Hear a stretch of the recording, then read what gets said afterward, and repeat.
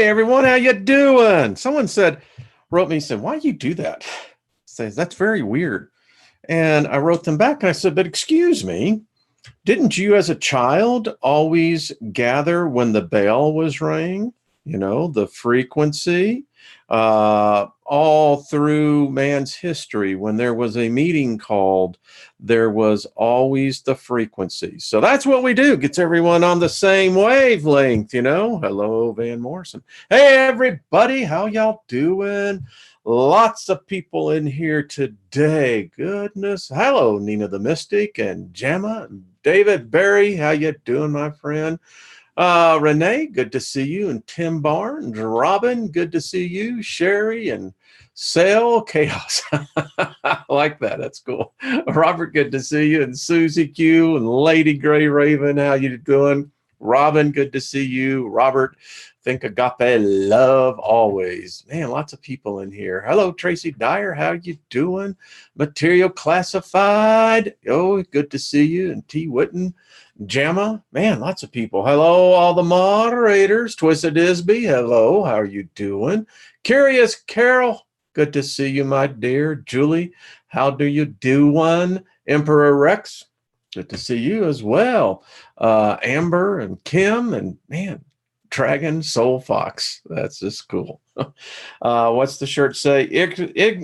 Ignorance is not a virtue, so that's what it has to say. And ignorance is not a virtue. We don't like ignorance. Most of us have lived our lives in ignorance. And when we finally got out of it, we said, wow, you know, it's good to be free. So here we are. So let me just speak favor over your life this day. You know, listen, we can use all the favor we can get, no matter where it's from. I mean, how can favor be bad? You know, I don't know. I don't think it can. So nothing missing, nothing broken in your life. And what we do here, we always, give me 1 second as he is driving the bus again. There we go. Yes, ladies and gentlemen, your pilot is in a good position. And if the pilot's in a good position, then you are too. All right, let's just read this together. Man, we're going to say this every day that we come on. I can't see how you find anything bad about it. And if you don't like favor, well, just go and take a break and the rest of us will take your share. All right, all these favors will come upon us and overtake us if we give voice to them each day. Favor will be with us in the city. Favor will be with us in the country. Favor will heal our bodies when we speak favor into our bodies. You got to wash it sometimes. Might as well speak favor while you're doing it. Favor will set apart our children, our animals, our ground is favored with abundance of joy. Favor will be on our food, our water, and our pantry. Hey, nothing wrong with that as well. Favor will walk with us when we come in, and favor will walk with us when we go out. Favor will cause our enemies to be at peace with us. Favor will be upon our barns and storehouses where we keep our valuables to prosper and be in safety. Favor will be upon us in everything we undertake. Everything we set our hand to, favor shall cause it to prosper. Really? How can you go wrong on that? Seriously, favor shall be upon our material property and shall cause it to last longer and not break. Favor shall protect me, our offspring, and our possessions from calamity. Favor will lead us to good fortune in all things. Favor will cause us to be the head and not the tail. Favor will cause us to come out on top and not beneath. Favor will always cause us to come be above and not below. Favor will cause us to have favor with the elements. Favor will cause us to be favored with the spiritual realm. We're going to be talking about this a bunch. Favor will cause us to be favorable to everyone we meet. They will see us with favor. Favor will seek us out. And we always end it with, it will be created in my words, and what was said has been done. Far out. I mean, come on. I mean, just where do you go wrong in that? I don't see that. I just, Can't see how anyone would see that. It just boggles the imagination, I'm telling you. So there we go. Got my talisman. Yeah. Charge ready to go, baby. Let's just rock and roll with it, right? Happy birthday to those who have one. I think it's important. If it's your day, man, thank you, Al. Appreciate that, my good friend. To those who are facing health challenges, I know Dr. Claudia Albers is facing some health challenge. I know many of us that are out there are. And we just speak strength, encouragement, and fellowship to you. You're not alone. And, thought changes the world. It's true. And, the rest of us who are facing life's everyday challenges, well, we speak favor to that as well. So there you go. Tomorrow, Trina will be on. Looking forward to having her on. This is going to be a really good conversation. Thank you. It is an awesome talisman. It really is. And, this one, when it says glow, wow, it did, right? Because it glows wherever you go. And this is, people want to know which one is this. If you refer to your manual. Now, the PDF that's been sent out does not apparently have the first part of this particular book, which is kind of bummer, but I'll try to put that together. I'm got it on the schedule to actually do a PDF of charging what it takes to charge your talisman. This one that I have on is the first pinnacle of the sun. There it'd be. And the horns, by the way, are not horns. They're actually light rays beaming out. Got a book in that, wow. Woo! I just started reading this thing. This is the Lesser Keys of Solomon. Holy crap, folks. There's some deep stuff. This drew my eye, and I just thought I'd share this with everyone. There was a time, folks, believe it or not, where the understanding of the spiritual world was much deeper than what we have today. And we are bringing that back. Interest in the book. Well, I only got the hard copy of it, David. But check that out, folks. I'll get it up there where everyone can read it. So, I think, it's time for a conference to be on nothing but connecting to the next one and bringing in new thoughts. Anyway, this is an interesting book. I'll let you know more about it. It seems, it again deals with a deity that I don't know whether it exists or not. I mean, I think it's to what we as individually believe in. And also got the complete Enochian dictionary. Very interesting book. Again, seeing the thing. So Thursday night on the Steiger Perspective, going to be doing a program where you can already see it. It's like what happens when they lock the doors. And I believe, folks, that there has been something that has, been missing. Primarily, think about this. Past versions of man have come and gone. Some that we don't even know about. Let's see. That's a good idea, JH. I didn't know that. So y'all are looking at that. Marquee Mystic, I guess. Yeah, let's check into that. We're entering into a time, folks, and it's here. It's no stopping it. I don't know if we can seriously protect ourselves, maybe underground. Maybe that's why they're building the underground cities. But we're hitting into a period of where the cosmic rays are going to become much more intense. And I think that there is something, there are some studies that are coming out, very interesting. And I know this has nothing to do with what we're going to get into, but it does in a way. They have found now that it may be impossible for us, mankind, to leave this planet. And what they are finding is very disturbing. The further out we go, and we don't have to go that further out because things have changed, it appears that we go insane when we are exposed to high doses of cosmic rays.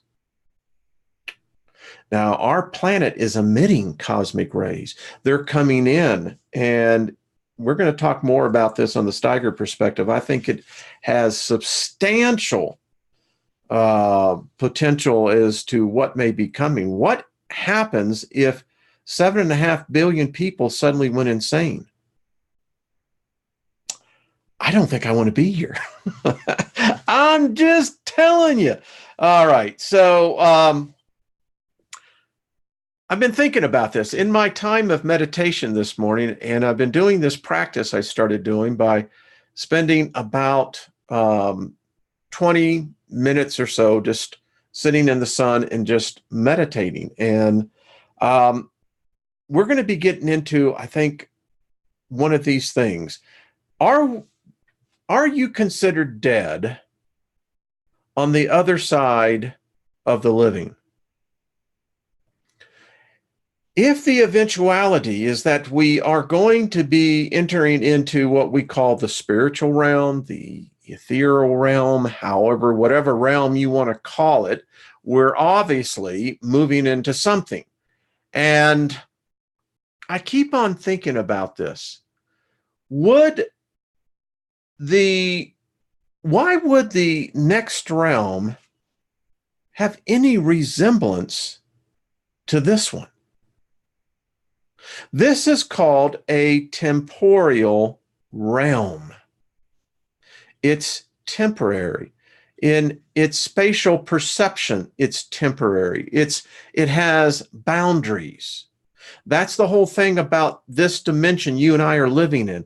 This dimension has physical boundaries. Even the universe itself, if we ever can see the end of it, potentially in this dimension has boundaries. And I keep asking myself, that's really narrow, closed-minded. I think the spiritual realm may be very much like in some of the experiences I had on LSD, when you are literally merging into other realities, and that's what LSD, we will get into that later, and I think it's going to take some getting used to. Why would the spiritual realm have anything related to this realm? That would say that this realm would be superior in its construct. And I don't think it is. I think it's actually inferior. So I talked yesterday about us actually being in different dimensions at the same time. We have to be.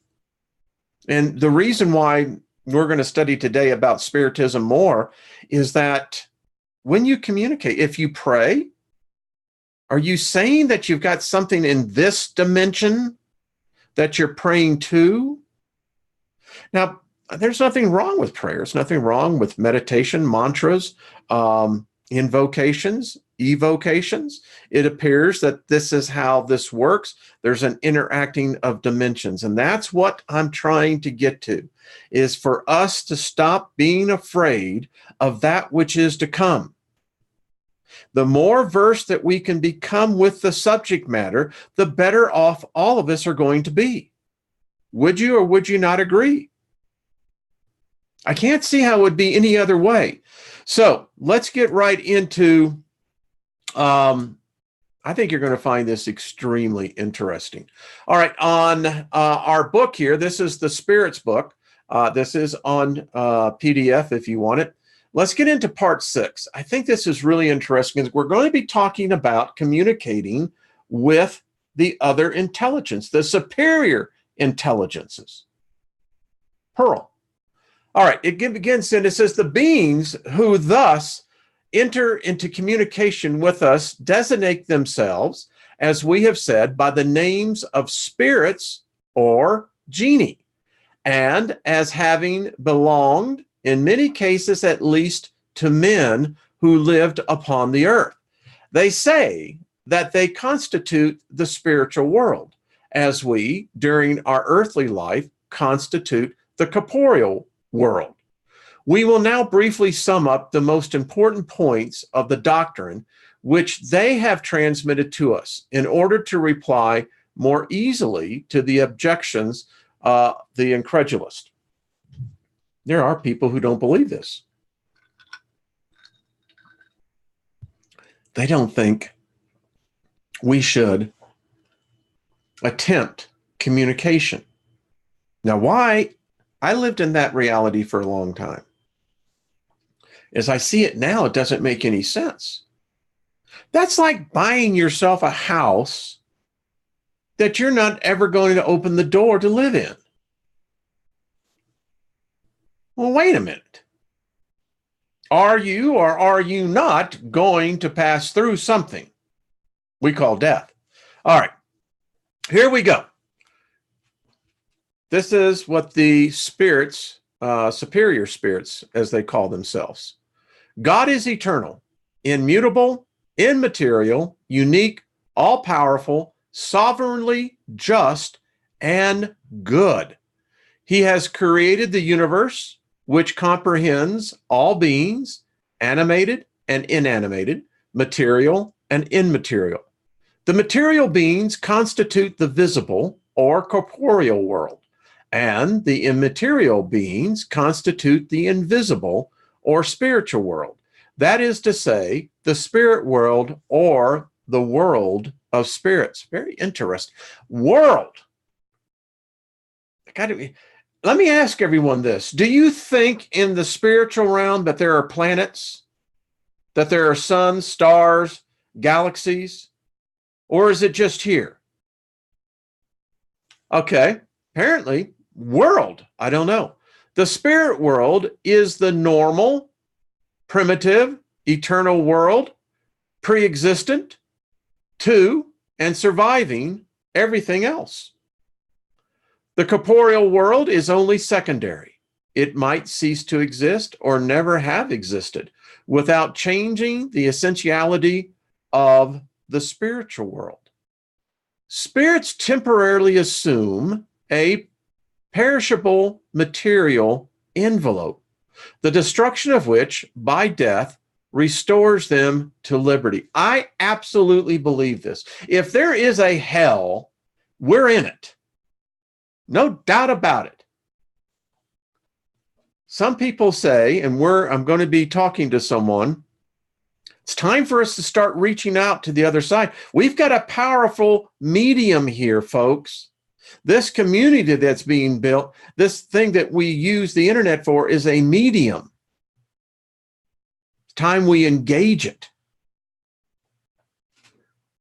This, I think, is what they say is the sweetness of death, the freedom, the release.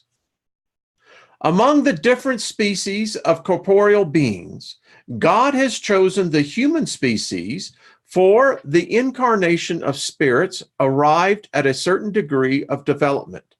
It is this which gives it a moral and intellectual superiority to all the others. The soul is an incarnated spirit whose body is only its envelope. There are in man three things. One, the body or material being, analogous to the animals, and animated by the same vital principle. Two, the soul or immaterial being, a spirit incarnated in a body.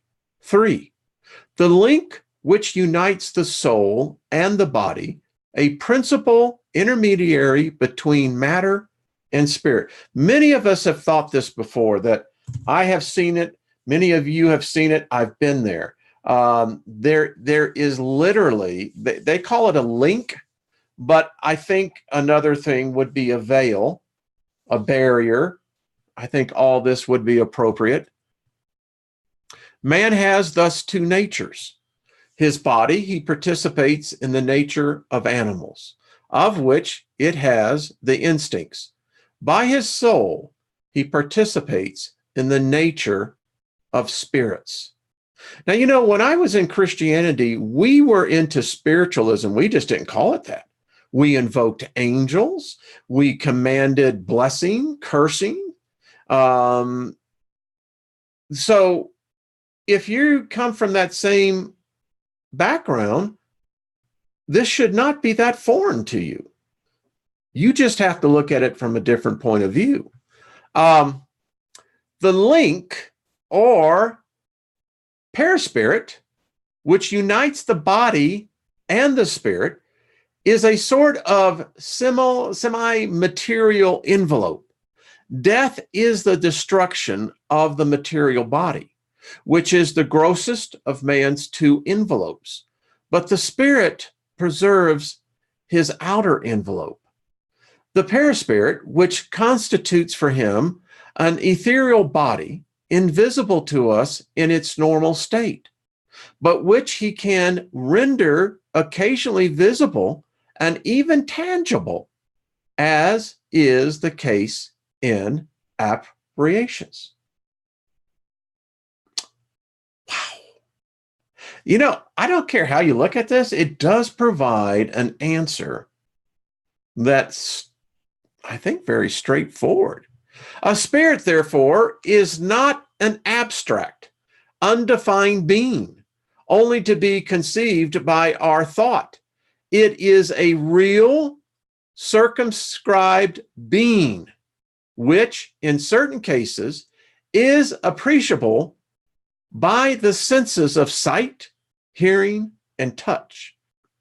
Spirits belong to different classes and are not equal to one another either in power, in intelligence, in knowledge, or in morality. Those of the highest orders are distinguished from those below them by their superior purity and knowledge, their nearness to God, and their love of goodness. They are angels or pure spirits. The other classes are more and more distant from this perfection. Those of the lower ranks are inclined to most of our passions: hatred, envy, jealousy, pride, etc. They take pleasure in evil. Among them are some who are neither very good nor very bad, but are teasing and troublesome rather than malicious, are often mischievous and unreasonable, and may be classed as giddy and foolish spirits. Spirits do not belong perpetually to the same order. All are destined to attain perfection by passing through the different degrees of spirit hierarchy. This amelioration is affected by incarnation, which is imposed on some of them as an expiation and on others as a mission. Material life is a trial which they have to undergo many times until they have attained to absolute perfection. It is a sort of filter, an alembic, from which they issue more or less purified after each incarnation. On quitting the body, the soul re-enters the world of spirits from which it came, and from which it will enter upon a new material existence after a longer or shorter lapse of time, during which its state it is that of an errant or wandering spirit. Very interesting. Spirits having to pass through many incarnations, it follows that we have all had many existences, and that we shall have others, more or less perfect, either upon this earth or in other worlds. The incarnation of spirits always takes place in the human race. It would be an error to suppose that the soul or spirit could be incarnated in the body of an animal.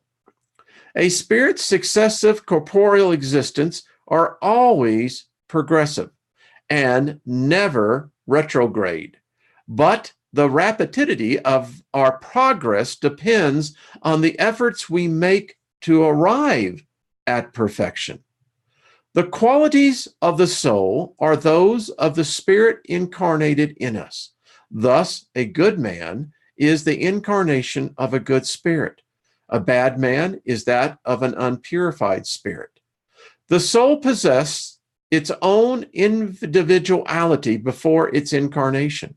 It preserves the individuality after its separation from the body. Now, this is very interesting because they're saying that the soul possessed its own individuality before its incarnation. It preserves that individuality after its separation from the body. I mean, that's a discussion point that I think we ought to have further down the road. This is interesting. I continue. On its reentrance into the spirit world, the soul again finds there are all those whom it has known upon the earth, and all its former existences eventually come back to its memory. I think that answers some questions a lot of people have had. So let me just redo that. On its reentrance into the spirit world, the soul finds again there all those whom it had known upon the earth. Now, there is a person who I write to very regularly that I swear that, we knew each other before in a past life. It's very profound.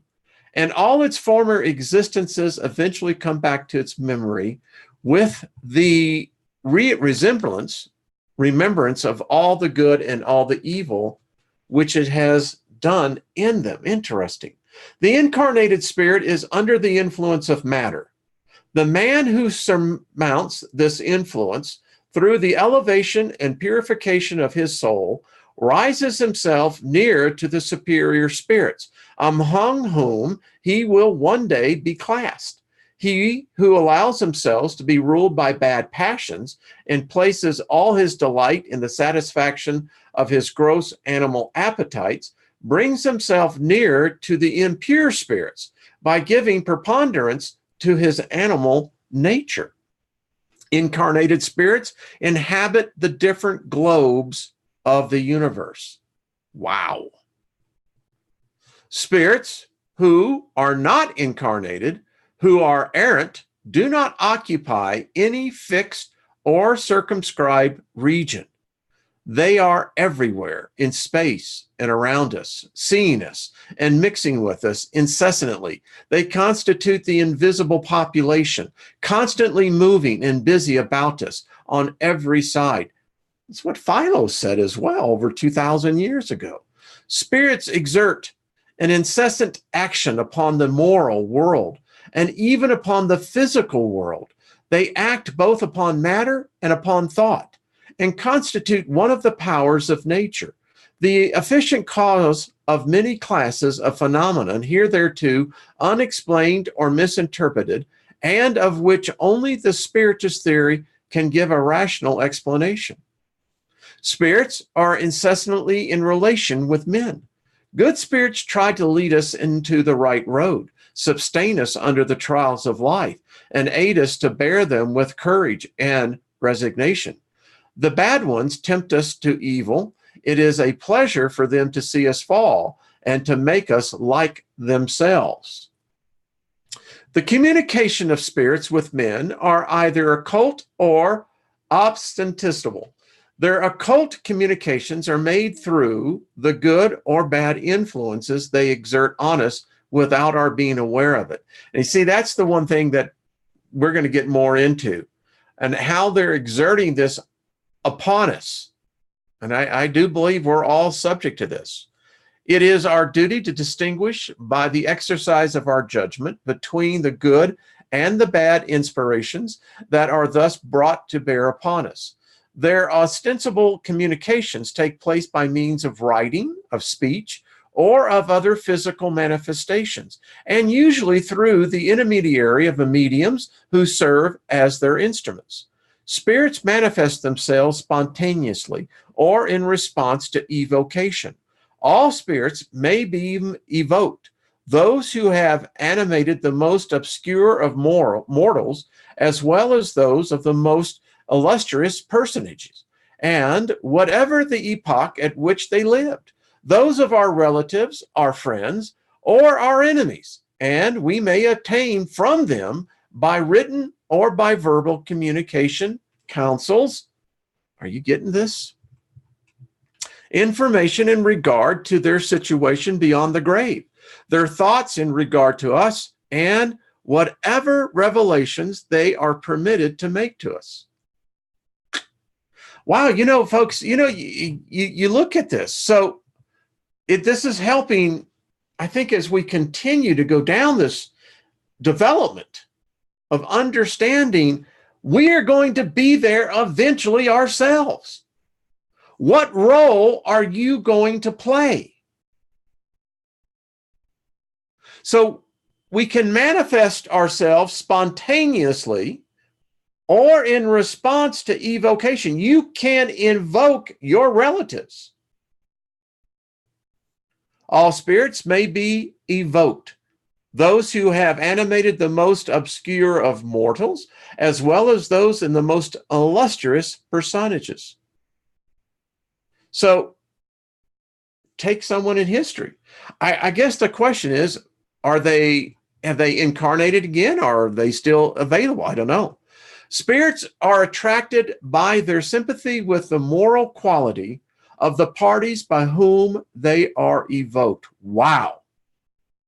Spirits of superior elevation take pleasure in meetings of a serious character, animated by love of goodness and the sincere desire of instruction and improvement. Folks, right there you go. Some have been struggling on some of this. The fear is still there. The fear, I would not recommend you do this, because what you're going to attract is something you ain't going to like. Flat out.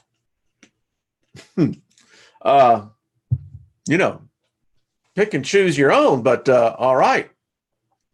Their presence repels the spirits of inferior degree who find, on the contrary, free access and freedom of action among persons of frivolous disposition, or brought together by mere curiosity. You getting this? And wherever evil instincts are to be met with. So far from obtaining from spirits, under such circumstances, either good advice or useful information, nothing is to be expected from them but trifling, lies, ill-natured tricks, or humbugging. Now, that's an old term, humbugging. It's basically, we use the term bullshitting today. For they often borrow the most venerated names in order to impose upon those with whom they are in communication. History is replete with many gods that had this nature. Didn't Loki have the same thing? Loki, yeah. It is easy to distinguish between good and bad spirits. The language of spirits of superior elevation is constantly dignified, noble, characterized by the highest morality, excuse me, mortality. Yeah, what the heck? Free from every trace of earthly passion. Their counsels breathe the purest wisdom and always have our improvement and the good of mankind for their aim. The communication of spirits of lower degree, on the contrary, are full of discrepancies, and their language is often commonplace or even coarse. If they sometimes say things that are good and true, they more often make false and absurd statements, prompted by ignorance or malice. They play upon the credibility of those who interrogate them, amusing themselves by flattering their vanity and fooling them with false hopes. In a word, instructive communications worthy of the name are only to be attained in centers of serious character, whose members are united by an intimate communication of thought and desire in the purest of truths and goodness. Wow. You're certainly not going to get that in your Sunday school lesson. Oh, man. All right. The moral teaching. I mean, folks, that's better than any freaking religion I ever read. It is just so, how shall we say it? Common sense. Wow. Okay. The moral teaching of the higher spirits may be summed up like that of Christ in the gospel maxim: do unto others as you would that others should do unto you. That is to say, do good to all and wrong no one. This principle of action furnishes mankind with a rule of conduct of universal application, from the smallest matters to the greatest. They teach us that selfishness, pride, sensuality are passions which bring us back towards the animal nature by attaching us to matter, that he who, in this lower life, detaches himself from matter through contempt of worldly trifles and through love of the neighbor, brings himself back towards the spiritual nature, that we should all make ourselves useful according to the means which God has placed in our hands for our trial, that the strong and the powerful owe aid and protection to the weak, and that he who misses strengths and powers to oppress his fellow creatures violates the law of God, misuses his strength. Boy, they teach us that in the spirit world, nothing can be hidden, and that the hypocrite will be there to be unmasked, and all his wickedness unveiled, that the presence unavoidable and perpetual of those whom we have wronged in the earthly life is the one of the punishments that awaits us in the spirit world, and that the lower or higher state of spirits give rise in that other life to suffering or to enjoyments unknown to us upon the earth. And they get into this a little bit more. We have kind of a different perception, but I'll talk about that. But they also teach us that there are no unpardonable sins, none that cannot be effaced and gone away. Man finds the means of accomplishing this in the different existences which permit him to advance progressively and according to his desire and his efforts towards the perfection that constitutes his ultimate aim. Such is the sum of the Spiritist doctrine, as contained in the teachings given by the spirits of high degree. We'll stop right there because I want to get into the other reading on this, but I think you can really appreciate the in-depthness of this. I mean, I've studied a lot of religions, and this is the one that I can't find hate. I can't find biasness. I can't find prejudice. I can't find bigotry. It just kind of lays it out, folks. You're either here on a mission or for a purpose. I think that many that take their lives come to the place where they realize they can't fulfill the mission. That's what happens when a person loses the vitality of life. And the shame of it is they could have been this close to succeeding. And it's evident by the spirits that they come back. And we wish them all the best on that second type of journey. All right, so we get into chapter 2 of our book here, the general elements of the universe. Love summertime. Not. All right. The general elements of the universe, knowledge of the first principle of things, spirit and matter, properties of matter, universal space. Knowledge of the first principle of things. Question. Does humankind have the ability to understand the first principle of things? Answer. No. There are things that God does not reveal to human beings here in this world. Question. Will human beings ever be able to penetrate the mystery of things that are concealed from them? Answer. The veil will be lifted as human beings achieve their purification. But to understand certain things, they need faculties that they do not yet possess. 19. Can humankind penetrate some of the secrets of nature through scientific investigations and research? Science is a means of development for human beings, but they cannot surpass the limits set by God. The further humans penetrate the investigation of these mysteries, greater their veneration of the power and wisdom of the Creator should be. However, due to pride and weakness, human intelligence often leads to misconceptions. Humans pile systems on top of systems, and every single day they learn how many errors they have mistaken for truths and how many truths they have mistaken as errors.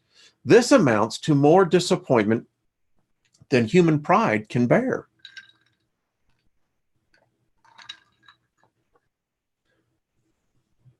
Through means other than scientific investigation, is humankind able to receive communications of a higher order that transcend human senses? Answer, yes. When God deemed it useful, God reveals to human beings what science is incapable of teaching them. Though these communications, humans are able to obtain knowledge of their past and future destiny to a certain degree. Question.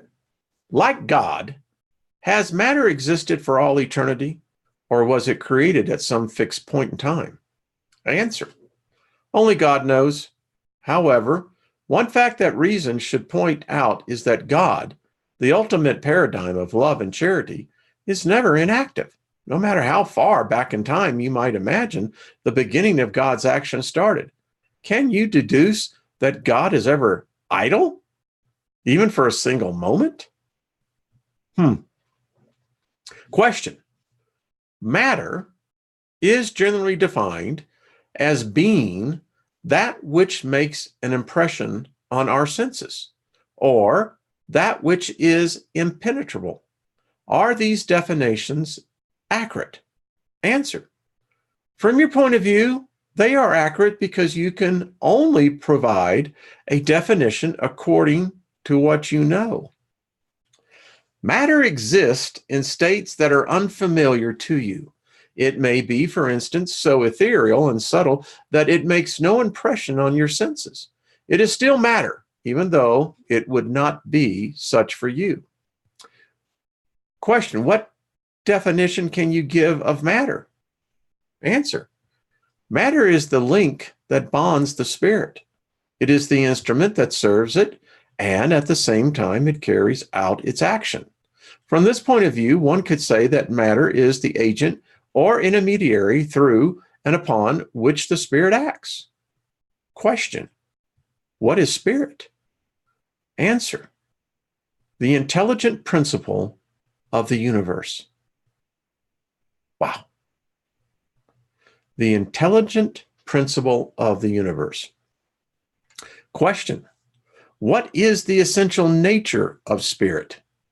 Answer: your language is incapable of properly defining the spirit. It is nothing to you because it is not a tangible thing, but for us, it is something. Remember this: nothing is nothingness, and nothingness does not exist. Question: is spirit synonymous with intelligence? Answer: intelligence is an essential attribute of the spirit. In your world, they are used interchangeably as a common principle, so much so that for you, they are the same thing.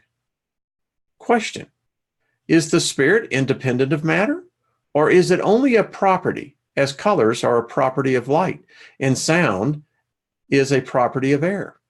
Answer: they are distinct from one another, but the union of spirit and matter is vital to give intelligent activity to matter. Question: is this union also necessary for the manifestation of the spirit? Spirit here refers to the principle of intelligence rather than the spiritual individualities usually designated by that term. Answer: for you, yes, because your physical makeup is not designed to perceive the spirit apart from matter. Your senses are not designed for that. 26. Question: can a spirit be conceptualized without matter, and vice versa? Answer: of course, by thought. Someone asked that question earlier. There's your answer.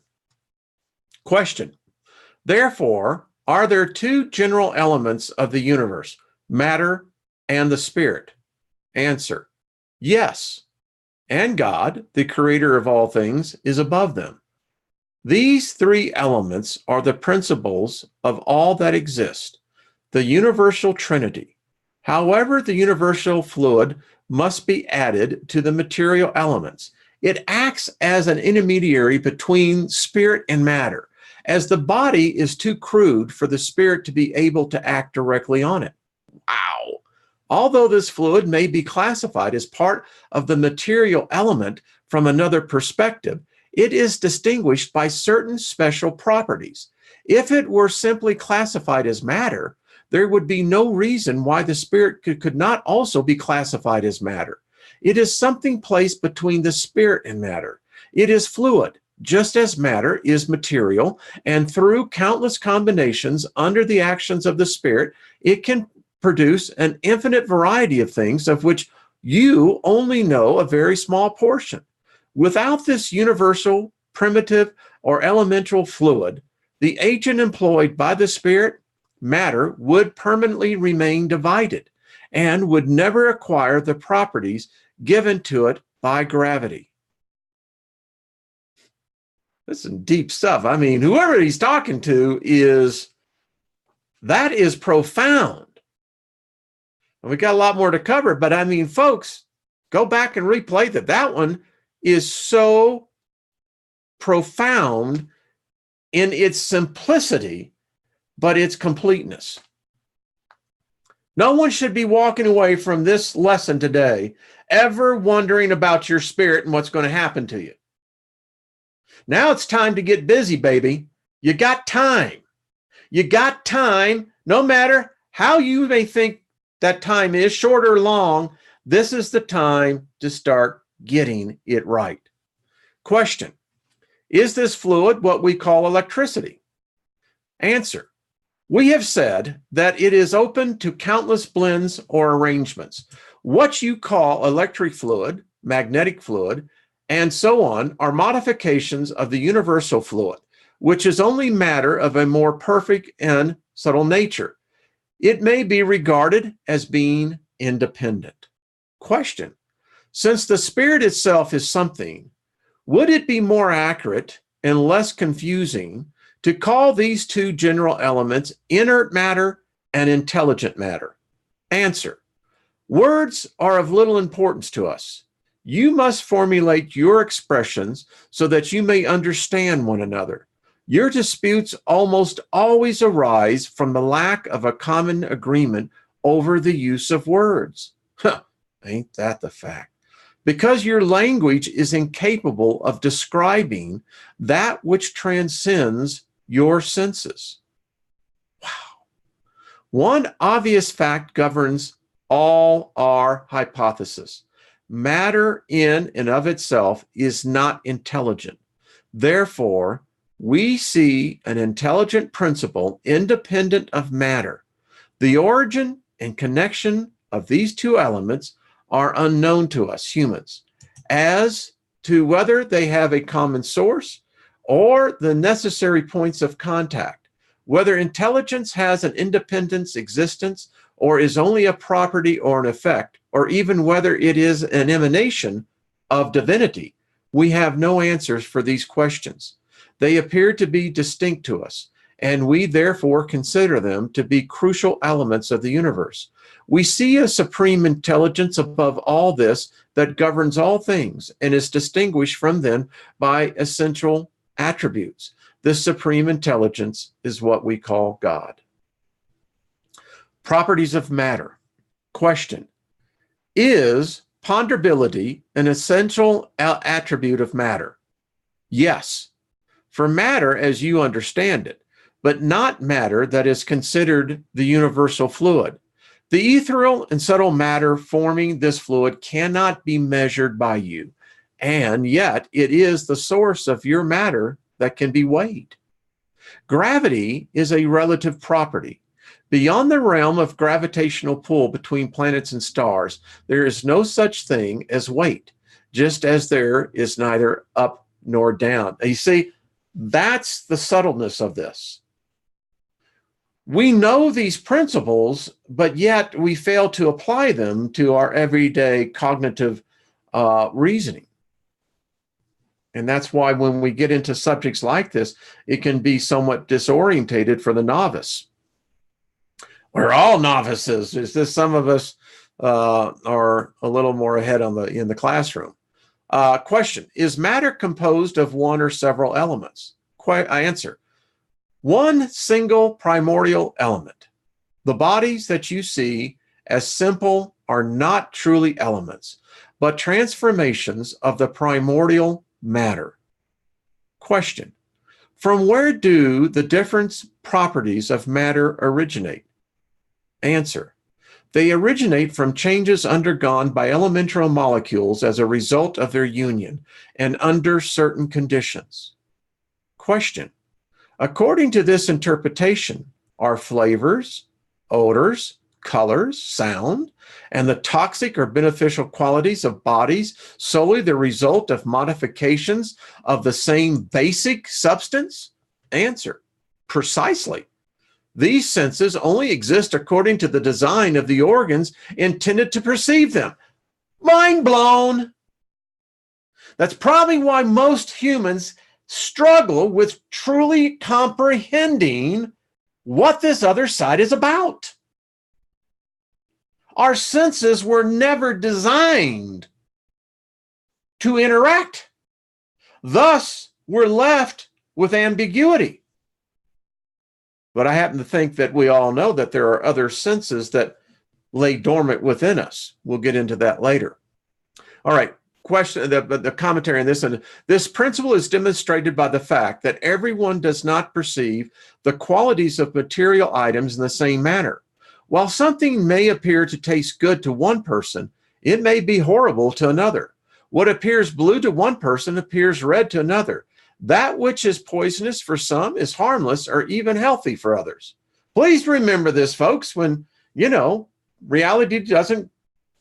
other people's reality doesn't jive with yours. Question: can the same elemental matter undergo all possible changes and acquire all properties? Yes. And it is this fact that is implied in the saying, everything is in everything. Oxygen, hydrogen, nitrogen, carbon, and all the other masses that we see as elements are merely variations of one primordial substance.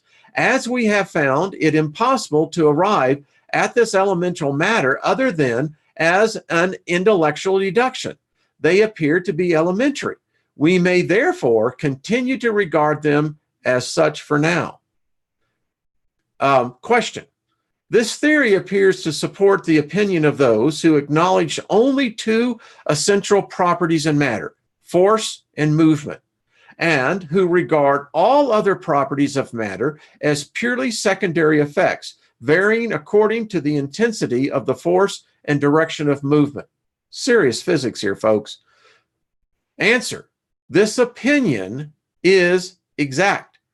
We must also add according to molecule arrangement, for instance, in an opaque body that may become transparent and vice versa. Question. Do molecules have a definitive form? Of course they have a form, but it cannot be assessed by you. Question. Is this form constant or variable? Answer. Constant for primordial elemental molecules, but variable for secondary molecules that are only aggregations of the primary ones. What you call a molecule is very far from being an elemental molecule. Is universal space infinite or limited? Infinite. Assumed for a moment that there are boundaries. What would be beyond them? This perplexes your reason, which tells you that it cannot be otherwise.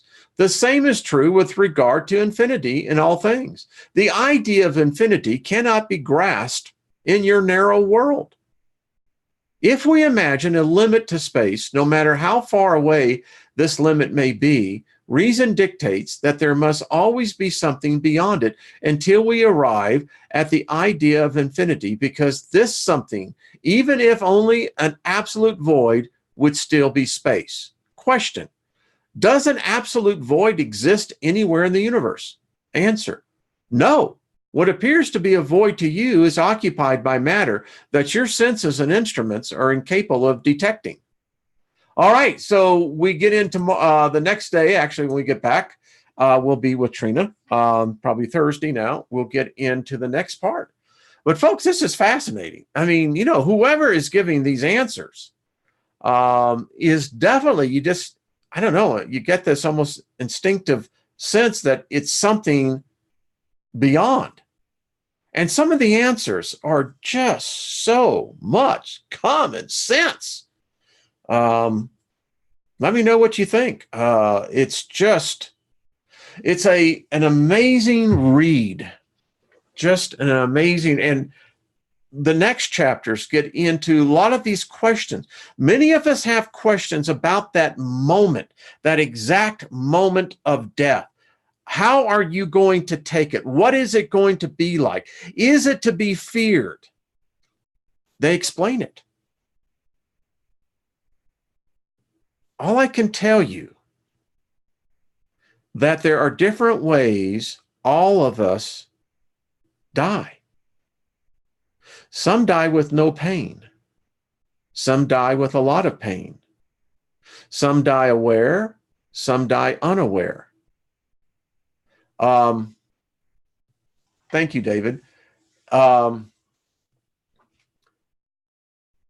The Middle East cultures, even the Far East cultures, teach that each individual spirit, soul, can determine how they're going to exit out. Now, I've determined that I'm going to go in my sleep. My wife and I, we've made when that time comes, and it will come. And, I know that there will be others to greet me. I've seen them. I've been allowed a vision of what that looks through. And the vision was, as I'm reading this now, I'm interpreting, it was constructed to the limit of my intelligence, my ability to perceive. You can't express water to a person who only thinks they can drink it. I can express water as a swimming pool. There's different expressions within that. And that's how it is. I think for so many of us. And as we continue to move down this road, we can talk to them. We have been lied to, folks. Think about this. In my religion that I left, this was forbidden, but yet I'm allowed to talk to the angels. They're dead. Or are they? They're allowed to have saints come back and talk. Well, they're dead. We've got to advance. If this is our destination, I say it's time for us to learn it now, as much as we can, as much as that's been allowed. I think, and though I've read the end of the book already, but you're going to find out the reason why God, the Creator, whatever it is, has not given new information is because it hasn't been asked. What's typically asked of it is what is so indoctrinated in the world religions, which limit your ability to interact. So let's get busy with this. Oh, can I tell you the name of the book? Yeah, it's the Spirits book. And the one on Kindle is another version. This one is called The Principles of Spiritualism. You can get it on Kindle, and it's really a good book, folks. It's, as you can see, we're going to read it. We're going to learn. This will be one of the most powerful groups here, and we're attracting others. We're attracting others who are more advanced, and they're willing to come forward and to share. And that's what it's all about. So no matter where you are, things can change in your life. And once you eliminate all fear, you're free, baby. I mean, you're free. And think about it. When we invoke favor on others, that resonates, folks. That resonates for you onto the other side. They're going to say, well, you know what? A person may have failed in everything else, but they got one thing. And sometimes that one thing is the most vital thing. Think about it. Okay. Thank you, Loudon. I appreciate it. Julianne, how are you doing? We're going to get Julianne on here. Going to spend an hour with her and learn about language. Remember, our language is, the thing about it is, folks, when that time comes, you just need to be able to step right through there. Because listen, no matter what the debriefing is, you're the only one that lived your life, and you're the only one eventually that will be the judge of that. No one else. No one else is qualified. Think about it. All right, folks. Boy, I went over. But hey, sometimes it just works out that way. All right, folks. Thank you all. I appreciate it. We'll end out with the dismissal, right? Boy, that one came out. There we go. So we are out of here, folks. See you tomorrow with Miss Trina, and be good to yourselves. I hope it helped you out. If you want the PDF, get it. It's worth it, folks. It's a great read. All right, folks, be good. We'll see you later. Bye-bye.